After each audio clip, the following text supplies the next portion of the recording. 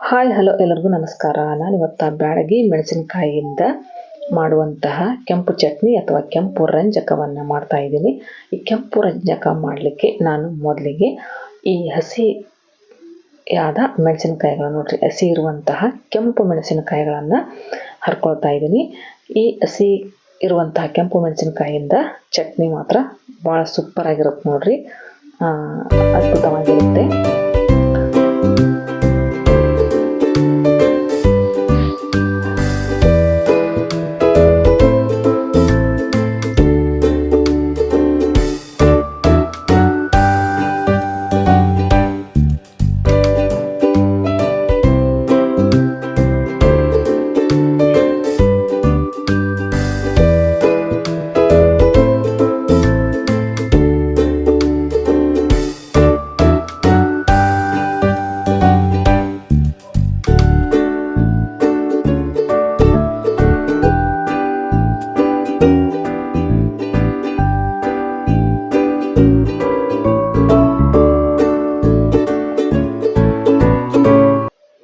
ನೋಡ್ರಿ, ನಾನು ಎಲ್ಲ ಮೆಣಸಿನಕಾಯಿಗಳನ್ನು ಹರಿದಾಯಿತು. ಎಷ್ಟು ಚೆನ್ನಾಗಿ ಕಾಣ್ತಾ ಇದೆ ನೋಡ್ರಿ ಕೆಂಪು ಮೆಣಸಿನಕಾಯಿಗಳು.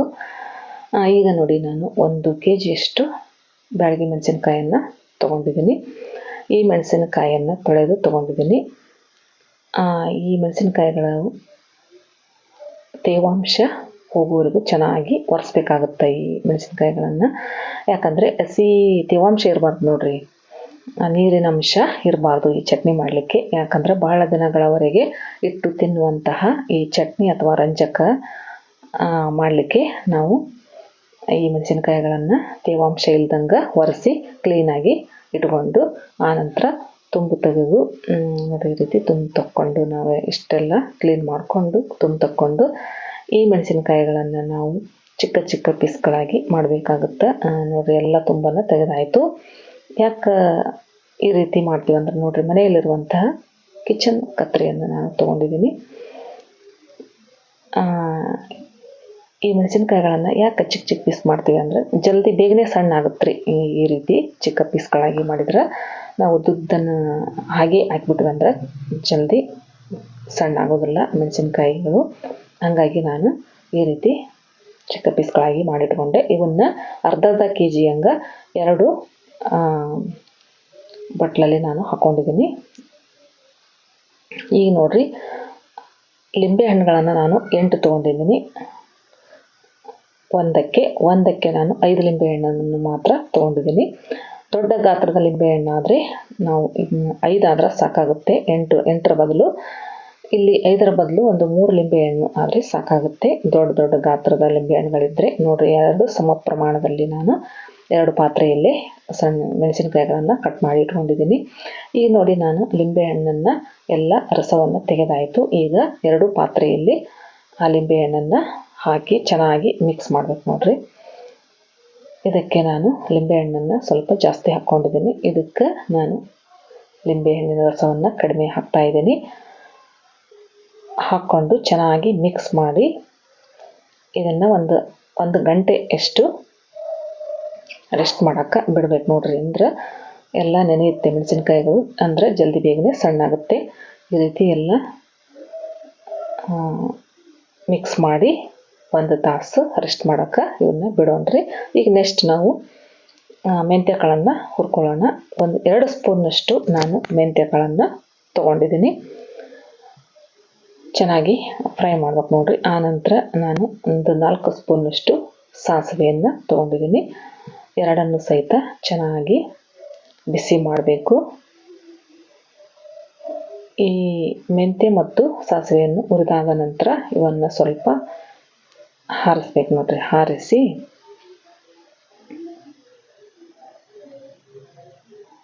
ಈಗ ಹುರಿದಾಯಿತು. ಈ ಮೆಂತ್ಯ ಮತ್ತು ಸಾಸಿವೆಯನ್ನು ಆರಿಸಿದ್ದಾಯಿತು, ತಣ್ಣಗಾಗಿದ್ದಾವೆ. ಈಗ ತಣ್ಣಗಾದ ನಂತರ ನಾನು ಮಿಕ್ಸಿ ಜಾರ್ಗೆ ಹಾಕೊಳ್ತಾ ಇದ್ದೀನಿ. ಇದನ್ನು ಸಣ್ಣಗೆ ಪೌಡ್ರ್ ಮಾಡ್ಬೇಕು ನೋಡ್ರಿ. ನಾನು ಪೌಡ್ರ್ ಮಾಡಿ ಇಟ್ಕೊಂಡಿದ್ದೀನಿ. ಈಗ 2ಕ್ಕೆ ಆಗ್ತೈತೆ ಇದು. 2ಕ್ಕೆ ಆಗುವಷ್ಟು ನಾನು ಪುಡಿಯನ್ನು ಮಾಡ್ಕೊಂಡಿದ್ದೀನಿ. ಈಗ ನಾನು ಒಂದು ಚಟ್ನಿಯನ್ನು ಮಾಡ್ತಾ ಇದ್ದೀನಿ. ಈಗ ಒಂದು ಅರ್ಧದಷ್ಟು ಜಾರ್ಗೆ ಹಾಕ್ಕೊಂಡು ಇದನ್ನು ಮೊದಲು ಸಣ್ಣ ಮಾಡುತ್ತೇನೆ. ಈಗ ನೋಡಿರಿ, ಒಂದು ಬಟ್ಲಲ್ಲಿ ಒಂದು ಅರ್ಧ ಬಟ್ಲಷ್ಟು ಉಪ್ಪನ್ನು ಹಾಕ್ಕೊಂಡಿದ್ದೀನಿ. 1 ಸ್ಪೂನಷ್ಟು ಜೀರಿಗೆಯನ್ನು ಹಾಕ್ಕೊಂಡಿದ್ದೀನಿ. ಈಗ ನೋಡಿ ಬೆಳ್ಳುಳ್ಳಿಯನ್ನು ಹಾಕ್ತಾ ಇದ್ದೀನಿ. ಬೆಳ್ಳುಳ್ಳಿ ಹಾಕಿ ಇದನ್ನು ಗ್ರೈಂಡ್ ಮಾಡಿಕೊಂಡು ಬಂದೆ. ಈಗ ತರಿಯಾಗಿ ರುಬ್ಕೊಂಡಿದ್ದೀನಿ. ಈಗ ಅದು ಸಣ್ಣ ಆಗೋದಿಲ್ಲ ರೀ ಜಲ್ದಿ, ಆ ನಂತರ ಸಣ್ಣ ಆಗುತ್ತೆ. ಸ್ಟೆಪ್ ಬೈ ಸ್ಟೆಪ್ ಅದು ಸಣ್ಣ ಆಗುತ್ತೆ. ಮೆಣಸಿನ್ಕಾಯಿ ಅಷ್ಟು ಬೇಗನೆ ಸಣ್ಣ ಆಗೋದಿಲ್ಲ. ಈಗ ನೋಡಿರಿ ನಾನು ಮತ್ತೆ 2ನೇ ಟ್ರಿಪ್ ಹಾಕ್ತಾ ಇದ್ದೀನಿ. ಈಗ ಅದೇ ಪ್ರೋಸೆಸ್ ಇದಕ್ಕೆ ನಾವು ಇನ್ನು ಅರ್ಧ ಉಳಿದಿತ್ತಲ್ಲ ಉಪ್ಪು, ಅದನ್ನು ಸೇರಿಸ್ಕೊಂಡು ಆನಂತರ ಒಂದು ಅರ್ಧ ಸ್ಪೂನಷ್ಟು ಜೀರಿಗೆನ ಹಾಕ್ಕೊಂಡು ಸ್ವಲ್ಪ ಬೆಳ್ಳುಳ್ಳಿಯನ್ನು ಹಾಕ್ಕೊಂಡಿದ್ದೀನಿ ಇದಕ್ಕೆ. ಈಗ ನೋಡ್ರಿ ನಾನು ಎರಡನ್ನೂ ಸೇರಿಸಿ ಮಿಕ್ಸಿ ಮಾಡಿಕೊಂಡು ಈಗ ಮತ್ತೆ ಬೆಲ್ಲವನ್ನು ಸೇರಿಸ್ತಾ ಇದ್ದೀನಿ. ಬೆಲ್ಲನ ಇದು ಅರ್ಧ ಬಟ್ಲಷ್ಟು ಹಾಕ್ಕೊಂಡಿದ್ದೀನಿ ನೋಡ್ರಿ. ಇದಕ್ಕೆ ಹುಳಿ ಜಾಸ್ತಿ ಇದೆ, ಬೆಲ್ಲ ಮಾತ್ರ ಕಡಿಮೆ ಇದೆ. ಈಗ ಮತ್ತೆ ಸಣ್ಣ ಆಯಿತು. ಮತ್ತೆ ಈಗ ಲಾಸ್ಟಲ್ಲಿ ನಾನು ಪೌಡ್ರ್ ಏನು ಮಾಡಿಟ್ಕೊಂಡಿದ್ನಲ್ಲ ಆ ಪೌಡ್ರನ್ನು ಇದಕ್ಕೆ ಸೇರಿಸ್ತಾ ಇದ್ದೀನಿ.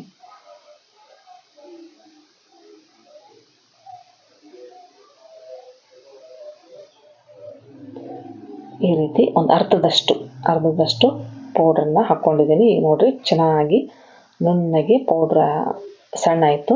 ನಮ್ಮ ಕೆಂಪು ರಂಜಕ ಅಥವಾ ಕೆಂಪು ಚಟ್ನಿ, ಇದು ಖಾರ ಇರಲ್ಲ ನೋಡ್ರಿ, ಬ್ಯಾಡಗಿ ಮೆಣಸಿನ್ಕಾಯಿ ಚಟ್ನಿ. ಈಗ ನಾನು ಪಾತ್ರೆಯಲ್ಲಿ 1-2 ಸ್ಪೂನಷ್ಟು ಎಣ್ಣೆಯನ್ನು ಹಾಕ್ಕೊಂಡಿದ್ದೀನಿ. 1-1.5 ಸ್ಪೂನಷ್ಟು ಸಾಸಿವೆಯನ್ನು ಹಾಕಿದ್ದೀನಿ. 1 ಸ್ಪೂನಷ್ಟು ಜೀರಿಗೆಯನ್ನು ಸಹಿತ ಇದಕ್ಕೆ ಹಾಕ್ಕೊಂಡಿದ್ದೀನಿ. ಆನಂತರ ನಾನು ಇದಕ್ಕೆ ಇಂಗಿನ ಪೌಡ್ರನ್ನ ಹಾಕ್ತೇನೆ. ಇಂಗಿನ ಪೌಡ್ರ್ ಹಾಕಿ ಚೆನ್ನಾಗಿ ಸ್ಪೂನ್ ತಗೊಂಡು ಕಲಸಿ ಆನಂತರ ನಾವೀಗ ನೋಡ್ರಿ ಎಲ್ಲ ಚಟಪಟ ಸಿಡಿದಾಯಿತು. ಈಗ ನೋಡ್ರಿ ಎಲ್ಲ ಚಟಪಟ ಸಿಡಿದಾಯಿತು. ಈ ಸಮಯದಲ್ಲಿ ನಾನು ಮೆಣಸಿನ್ಕಾಯಿ ಚಟ್ನಿಯನ್ನು ಹಾಕ್ತೇನೆ ನೋಡ್ರಿ. ನಾವೇನು ಮಿಕ್ಸಿ ಮಾಡಿ ಇಟ್ಕೊಂಡಿದ್ವಲ್ಲ ಆ ಕೆಂಪು ಚಟ್ನಿಯನ್ನು ಇದಕ್ಕೆ ಹಾಕ್ತೇನೆ. ಎಣ್ಣೆಯಲ್ಲಿ ಚೆನ್ನಾಗಿ ಬೇಯಿಸ್ಬೇಕು ನೋಡ್ರಿ. ಹಸಿ ವಾಸನೆ ಹೋಗುವವರೆಗೂ ಚೆನ್ನಾಗಿ ಬೇಯಿಸ್ಬೇಕು. ಬೇಯಿಸಿದ ನಂತರ ನಮ್ಮ ಚಟ್ನಿ ತೇವಾಂಶ ಏನು ಉಳಿಯೋದಿಲ್ಲ, ಚೆನ್ನಾಗಿರುತ್ತೆ. ಕೆಡಲಾರ್ದಂಗೆ ಇಟ್ಕೊಂಡು ತಿನ್ಬೋದು. ಇದನ್ನು ಫ್ರಿಜ್ಜಲ್ಲಿ ಸ್ಟೋರ್ ಮಾಡಿ ಈ ರೀತಿ ಚೆನ್ನಾಗಿ ಮಿಕ್ಸ್ ಮಾಡ್ಬೇಕು ನೋಡ್ರಿ. ಎಣ್ಣೆ ಅಂಶ ಅಂತೂ ಸ್ವಲ್ಪ ಇಲ್ಲ, ಎಲ್ಲ ಹೀರ್ಕೊಂತದ್ದು ಮೆಣಸಿನ್ಕಾಯಿ ಚಟ್ನಿ ಎಲ್ಲ, ಮೆಣಸಿನ್ಕಾಯಿ ಚಟ್ನಿ ಎಲ್ಲ ನಮ್ಮ ಎಣ್ಣೆಯನ್ನು ಹೀರ್ಕೊಳ್ತು ನೋಡ್ರಿ. ಎಷ್ಟು ಚೆನ್ನಾಗಿ ಕಾಣ್ತಾ ಇದೆ, ಕಲರ್ಫುಲ್ಲಾಗಿ ರೆಡ್ಡಾಗಿ ಎಷ್ಟು ಚೆಂದ ಕಾಣಿಸುತ್ತಂದ್ರೆ ನೋಡಿದ್ರೆ ಹಂಗೆ ತಿನ್ನೋಣ ಅನ್ಸುತ್ತೆ ನೋಡ್ರಿ. ಅಷ್ಟು ಚೆನ್ನಾಗಿದೆ ಚಟ್ನಿ ಮಾತ್ರ. ಈ ಚಟ್ನಿಯನ್ನು ನಾವು ಅನ್ನದಲ್ಲಿ ತಿನ್ಬಹುದು, ಯಾಕಂದ್ರೆ ಹುಳಿ ಜಾಸ್ತಿ ಇರುತ್ತೆ, ಬೆಲ್ಲನೂ ಸ್ವಲ್ಪ ಕಡಿಮೆ ಇರುತ್ತೆ. ಮಜ್ಜಿಗೆ ಸಾರಲ್ಲಂತೂ ಮಾಡಿಸಿದ್ದು ನೋಡ್ರಿ. ಇದು ಮಾಡಿಸಿದ ಜೋಡಿ ಮಜ್ಜಿಗೆ ಸಾರಿನ ಜೊತೆಗೆ ಈ ಹಸಿಮೆಣಸಿನ್ಕಾಯಿ ಚಟ್ನಿ ಹಾಕ್ಕೊಂಡು ತಿಂದ್ವಿ ಅಂದ್ರೆ ಸೇಮ್ ಉಪ್ಪಿನಕಾಯಿ ತಿಂದ ರೀತಿಯೇ ಆಗುತ್ತೆ. ಅಷ್ಟು ಚೆನ್ನಾಗಿರುತ್ತೆ, ಅಷ್ಟು ಸೂಪರಾಗಿರುತ್ತೆ ಈ ಕೆಂಪು ಚಟ್ನಿ ಅಥವಾ ಕೆಂಪು ರಂಜಕ. ಎಷ್ಟು ಚೆನ್ನಾಗಿ ಕಾಣ್ತಾ ಇದೆ. ಇದು ಮುಗಿತು. ಈಗ ನಾವು 2ನೇ ಚಟ್ನಿಯನ್ನು ರೆಡಿ ಮಾಡೋಣ. ಈಗ ನೋಡ್ರಿ ನಾನು ಈಗ ಅರ್ಧದಷ್ಟು ಮೆಣಸಿನ್ಕಾಯಿಗಳನ್ನು ಹಾಕ್ಕೊಳ್ತೇನೆ. ಅರ್ಧದಷ್ಟು ಹಾಕ್ಕೊಂಡು ನೆಕ್ಸ್ಟ್ ಇದಕ್ಕೆ ಉಪ್ಪನ್ನು ಸೇರಿಸೋಣ. ಒಂದು ಬೆಳ್ಳುಳ್ಳಿಯನ್ನು ಹಾಕಿ ಆನಂತರ ಉಪ್ಪನ್ನು ಸೇರಿಸ್ಕೊಳ್ಳೋಣ. ಈಗ ನೋಡ್ರಿ ನಾನು ಒಂದು ಅರ್ಧ ಸ್ಪೂನಷ್ಟು ಮಾತ್ರ ಜೀರಿಗೆಯನ್ನು ಹಾಕ್ಕೊಂಡಿದ್ದೇನೆ. ಇದಕ್ಕೆ ಬೆಳ್ಳುಳ್ಳಿ ಜಾಸ್ತಿ ಹಾಕ್ತೇನೆ ನೋಡ್ರಿ. ಇದಕ್ಕೆ ನಾನು ರೊಟ್ಟಿ ಚಪಾತಿಗೆ ಬರುವಂಥದ್ದು. ಈಗ ತರಿಯಾಗಿ ರುಬ್ಬಾಯಿತು. ನೆಕ್ಸ್ಟ್ ನಾನೀಗ ಮತ್ತೆ ಉಳಿದಿರುವಂತಹ ಮೆಣಸಿನ್ಕಾಯಿಗಳನ್ನು ಹಾಕ್ಕೊಳ್ತೇನೆ. ಇವನು ಕೂಡ ಹಾಕ್ಕೊಂಡು ಈಗ ಮತ್ತೆ ಉಳಿದಿರುವಂತಹ ಉಪ್ಪನ್ನು ಸಹಿತ ಹಾಕ್ಕೊಂಡಿದ್ದೀನಿ. ಈಗ ಜೀರಿಗೆಯನ್ನು ಹಾಕ್ತೇನೆ, ಒಂದು ಅರ್ಧ ಸ್ಪೂನಷ್ಟು. ಆನಂತರ ಬೆಳ್ಳುಳ್ಳಿಯನ್ನು ಹಾಕ್ಕೊಂಡಿದ್ದೀನಿ. ಬೆಳ್ಳುಳ್ಳಿ ಜಾಸ್ತಿ ಹಾಕಿದರೆ ರೊಟ್ಟಿ ಚಪಾತಿಗೆ ರುಚಿಯಾಗುತ್ತೆ. ಹಾಗಾಗಿ ಇದಕ್ಕೆ ನಾನು ಬೆಳ್ಳುಳ್ಳಿನ ಜಾಸ್ತಿ ಹಾಕ್ಕೊಂಡಿದ್ದೀನಿ. ಈಗ ನೋಡಿ ತರಿಯಾಗಿ ರುಬ್ಬಾಯಿತು. ಈಗ ಇದನ್ನು ಸಹಿತ ಇದಕ್ಕೆ ಸೇರಿಸಿಬಿಡೋಣ.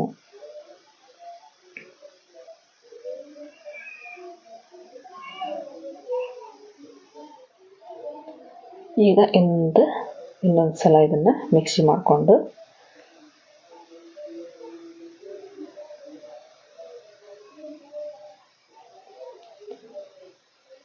ನೋಡ್ರಿ, ಇನ್ನೊಂದು ಸಲ ಮಿಕ್ಸಿ ಮಾಡಿದ್ದಾಯಿತು. ಈಗ ಬೆಲ್ಲವನ್ನು ಸೇರಿಸೋಣ. ಕೊನೆಯಲ್ಲಿ 1 ಬಟ್ಲು ಬೆಲ್ಲ, ಇದಕ್ಕೆ ಬೆಲ್ಲವನ್ನು ಜಾಸ್ತಿ ಹಾಕ್ಕೊಂಡಿದ್ದೇನೆ ನೋಡ್ರಿ. ನಾನು ರುಚಿಯಾಗುತ್ತೆ, ಸ್ವೀಟಾಗಿ ರೊಟ್ಟಿ ಚಪಾತಿ ಜೊತೆಗೆ ರುಚಿಯಾಗಿರುತ್ತಂತ ನಾನು ಇದಕ್ಕೆ ಬೆಲ್ಲವನ್ನು ಜಾಸ್ತಿ ಹಾಕ್ಕೊಂಡಿದ್ದೀನಿ. ಅದಕ್ಕೆ ಮುಕ್ಕಾಲು ಹಾಕ್ಕೊಂಡಿದ್ದೀನಿ, ಇದಕ್ಕೊಂದು ಫುಲ್ ಬೌಲಷ್ಟು ಹಾಕ್ಕೊಂಡಿದ್ದೀನಿ. ಈಗ ನೋಡ್ರಿ ಚೆನ್ನಾಗಿ ಸಣ್ಣ ಆಯಿತು. ಈಗ ಕೊನೆಯಲ್ಲಿ ಮತ್ತೆ ನಾನು ಮೆಂತ್ಯ ಮತ್ತು ಸಾಸಿವೆ ಪುಡಿಯನ್ನು ಇಟ್ಕೊಂಡಿದ್ನಲ್ಲ, ಅದನ್ನು ಸಹಿತ ಇದಕ್ಕೆ ಸೇರಿಸ್ಕೊಂಡೆ.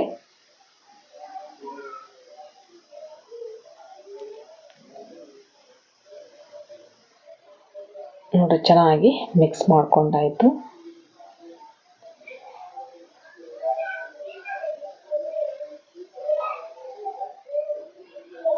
ಈಗ ಮತ್ತೆ ಇದನ್ನು ಮಿಕ್ಸಿಗೆ ಹಾಕೊಂಬರೋಣ.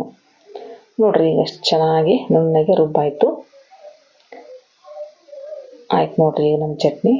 ನಾನು ಮಾಡೋ ರೆಸಿಪಿ ನಿಮಗೆ ಇಷ್ಟ ಆಗಿತ್ತು ಅಂದರೆ ಪ್ಲೀಸ್ ಒಂದು ಲೈಕ್ ಮಾಡಿ, ಶೇರ್ ಮಾಡಿ. ಹೊಸದಾಗಿ ನೋಡೋರು ನನ್ನ ಚಾನಲನ್ನು ಸಬ್ಸ್ಕ್ರೈಬ್ ಮಾಡಿಕೊಂಡು ಸಪೋರ್ಟ್ ಮಾಡಿ. ನೋಡಿ, ಈಗ ನಾನು ಒಗ್ಗರಣೆಯನ್ನು ಹಾಕ್ತೇನೆ. ಇದಕ್ಕೆ 1/4 ಕಪ್ಪಷ್ಟು ಎಣ್ಣೆಯನ್ನು ಹಾಕ್ಕೊಂಡಿದ್ವಿ. ಎಣ್ಣೆ ಎಷ್ಟು ಹಾಕೊಂಡ್ರೆ ಅಷ್ಟು ರುಚಿಯಾಗಿರುತ್ತೆ. 1 ಸ್ಪೂನಷ್ಟು ಜೀರಿಗೆ ಮತ್ತು 1 ಸ್ಪೂನಷ್ಟು ಸಾಸಿವೆಯನ್ನು ಸಹಿತ ಇದಕ್ಕೆ ಹಾಕ್ಕೊಂಡಿದ್ದೀನಿ. ಆನಂತರ ಕರಿಬೇವು, ಆನಂತರ ಕೆಂಪು ಮೆಣಸಿನಕಾಯಿ ಚಟ್ನಿ ರೆಡಿ ಮಾಡಿ ಇಟ್ಕೊಂಡಿದ್ವಲ್ಲ, ಅದನ್ನು ಸಹಿತ ಇದಕ್ಕೆ ಸೇರಿಸ್ಕೊಂಡಿದ್ದೀನಿ. ನಾನು ಮೊದಲೇ ಸ್ವಲ್ಪ ಇಂಗಿನ ಪುಡಿಯನ್ನು ಆ ಚಟ್ನಿಯಲ್ಲಿ ಹಾಕ್ಕೊಂಡಿದ್ದೆ, ಹಂಗಾಗಿ ಇದನ್ನು ಚೆನ್ನಾಗಿ ಬೇಯಿಸ್ತೇನೆ ಎಣ್ಣೆಯಲ್ಲಿ. ಈಗ ನೋಡ್ರಿ ಚೆನ್ನಾಗಿ ಎಣ್ಣೆ ಜಾಸ್ತಿ ಹಾಕಿದ್ದೀನಿ. ಇದಕ್ಕೆ ರೊಟ್ಟಿ ಚಪಾತಿಗೆ ಕಾಂಬಿನೇಷನ್ ಚೆನ್ನಾಗಿರುತ್ತಂತ ಎಣ್ಣೆ ನೋಡ್ರಿ ಎಲ್ಲ ಹೀರ್ಕೊಳ್ತು. ಎಣ್ಣೆ ಹಸಿಮೆಣಸಿನಕಾಯಿ ಚಟ್ನಿ ಎಲ್ಲ ಎಣ್ಣೆಯನ್ನು ಚೆನ್ನಾಗಿ ಹೀರ್ಕೊಳ್ತು. ಎಷ್ಟು ಚೆನ್ನಾಗಿ ಕಾಣ್ತಾ ಇದೆ ನೋಡ್ರಿ ನಮ್ಮ ಕೆಂಪು ರಂಜಕ ಅಥವಾ ಕೆಂಪು ಚಟ್ನಿ. ಈಗ ಇದು ಕೂಡ ರೆಡಿ ಆಯಿತು ನೋಡ್ರಿ. ಎರಡು ತರಹದ ಚಟ್ನಿಗಳು ನಮಗೆ ರೆಡಿ ಆದವು. ಈಗ ಇದು ರೊಟ್ಟಿ ಚಪಾತಿ ಜೊತೆ, ರೊಟ್ಟಿ ಚಪಾತಿ ಪೂರಿ ತಾಲಿಪಟ್ಟು ಎದ್ರಲ್ಲಿ ಬೇಕಾದ್ರೂ ಅದನ್ನು ತಿನ್ಬೋದು. ಇದು ರೈಸ್ ಜೊತೆ ಉಪ್ಪಿನಕಾಯಿ ಥರ ಈ ಚಟ್ನಿ. ಇದನ್ನು ನಾವು ಒಂದು ಗಾಜಿನ ಬಾಟ್ಲಿಯಲ್ಲಿ ಹಾಕ್ಕೊಂಡು ಸ್ಟೋರ್ ಮಾಡಿಟ್ಕೊಂಡು ಬಂದರೆ ನೀವು 6 ತಿಂಗಳಗಟ್ಟಲೆ ತಿಂದರೂ ವರ್ಷಗಟ್ಟಲೆ ತಿಂದರೂ ಇದು ಕೆಡುವಂಗಿಲ್ಲ. ಫ್ರಿಜ್ಜಲ್ಲಿ ಇಟ್ಬಿಡೋದು ನೋಡಿರಿ. ಈ ರೀತಿ ಸ್ಟೋರ್ ಮಾಡಿ ಎಷ್ಟು ಚೆನ್ನಾಗಿ ಕಾಣ್ತಾ ಇದೆ ನೋಡಿ, ಎಷ್ಟು ಚೆಂದಾಗಿದೆ. ಬೇಳೆ ಹೂರ್ಣದ ಜೊತೆ ಆಗಿದೆ ನೋಡಿರಿ, ಎಷ್ಟು ಸ್ಮೂತಾಗಿ ಸಾಫ್ಟಾಗಿ ಕೆಂಪು ಚಟ್ನಿ ರೆಡಿ ಆಯಿತು. ಬ್ಯಾಡಗಿ ಮೆಣಸಿನಕಾಯಿಂದ ಮಾಡಿರೋದ್ರಿಂದ ಇದು ಖಾರ ಇರಲ್ಲ ನೋಡ್ರಿ ಜಾಸ್ತಿ. ಸಣ್ಣ ಮಕ್ಕಳು ಸಹಿತ ಧಾರಾಳವಾಗಿ ಈ ಚಟ್ನಿಯನ್ನು ತಿನ್ಬೋದು.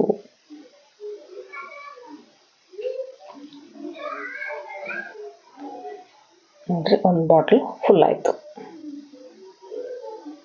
ಈಗ ನೆಕ್ಸ್ಟ್ ಇನ್ನೊಂದು ಬಾಟ್ಲಿಯನ್ನು ರೆಡಿ ಮಾಡ್ಕೊಳ್ಳೋಣ. ಇದನ್ನು ಇನ್ನೊಂದು ಡಬ್ಬದಲ್ಲಿ ಹಾಕ್ಕೊಂಡು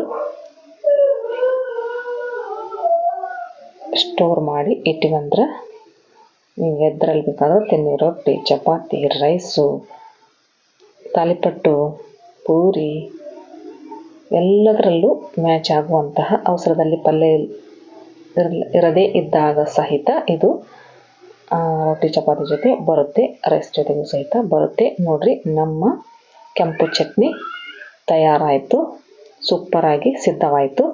ನೀವು ಈ ರೀತಿ ಮನೆಯಲ್ಲಿ ಟ್ರೈ ಮಾಡಿ. Thanks for watching. ಧನ್ಯವಾದಗಳು.